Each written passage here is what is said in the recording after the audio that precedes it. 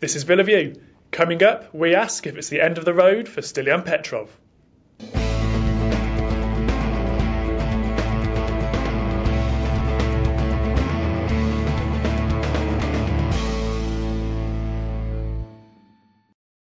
Hello and welcome to Villa View. I'm Paul Bradley and I'm joined in our Fort Dunlop studios by Matt Kendrick. Hi Matt. Hello there.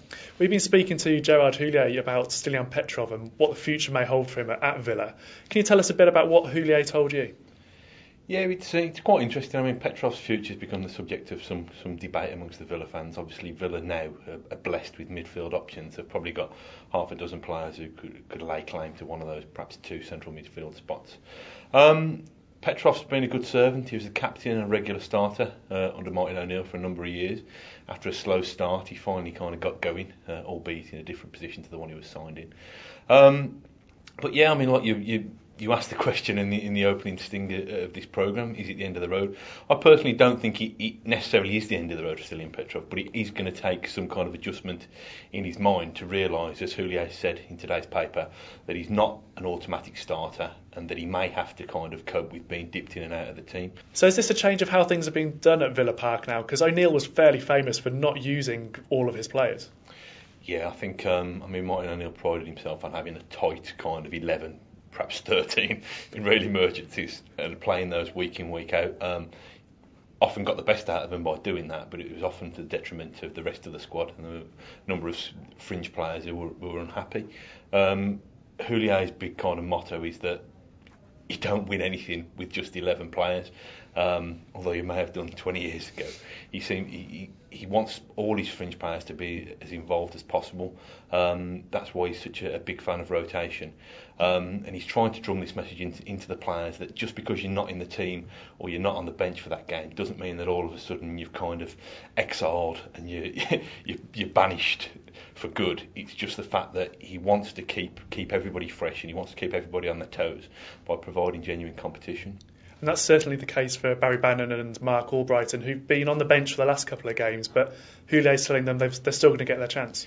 Yeah, it's an interesting one. I mean, Albrighton particularly towards the start of the season, I mean, I think he was possibly the first name on the team sheet, wasn't he? He was so exciting. He made such an exciting breakthrough. I remember speaking to Houllier probably 2 or 3 months ago, and he said, I don't expect Mark Albrighton to play more than 25 games this season because he's a young lad and I'm wary of burning him out.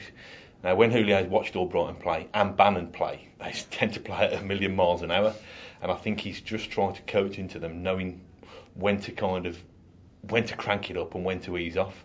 And I think in the meantime, now he has got more options. He wants to kind of take them out a little bit, get them fresh, get them to learn exactly how to utilise the skills they've got, and then once they're able to do that, I think he'll put them back in. And hopefully that Villa will reap the benefits from it.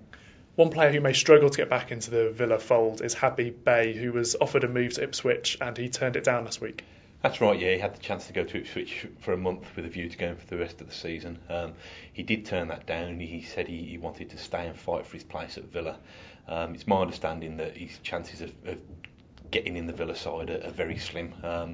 He's had a fallout with Gerard Houllier, and the manager publicly questioned Bey's commitment. Villa also have Kyle Walker, obviously, at right back.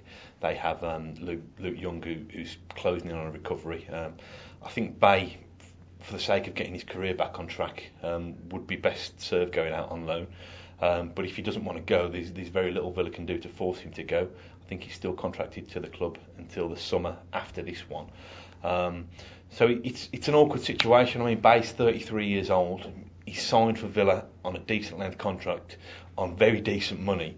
And if somebody doesn't want to match that or better it, he's probably going to dig his heels in and say, look, I want to stay where I am. I remember Bey being quoted on international duty sometime within the last year saying, I don't want to go elsewhere, Villa pay me good money. I found that refreshingly honest, and I know Villa fans would probably sneer at him and say money grabbing mercenary, and perhaps he is, but he's been straight up about it.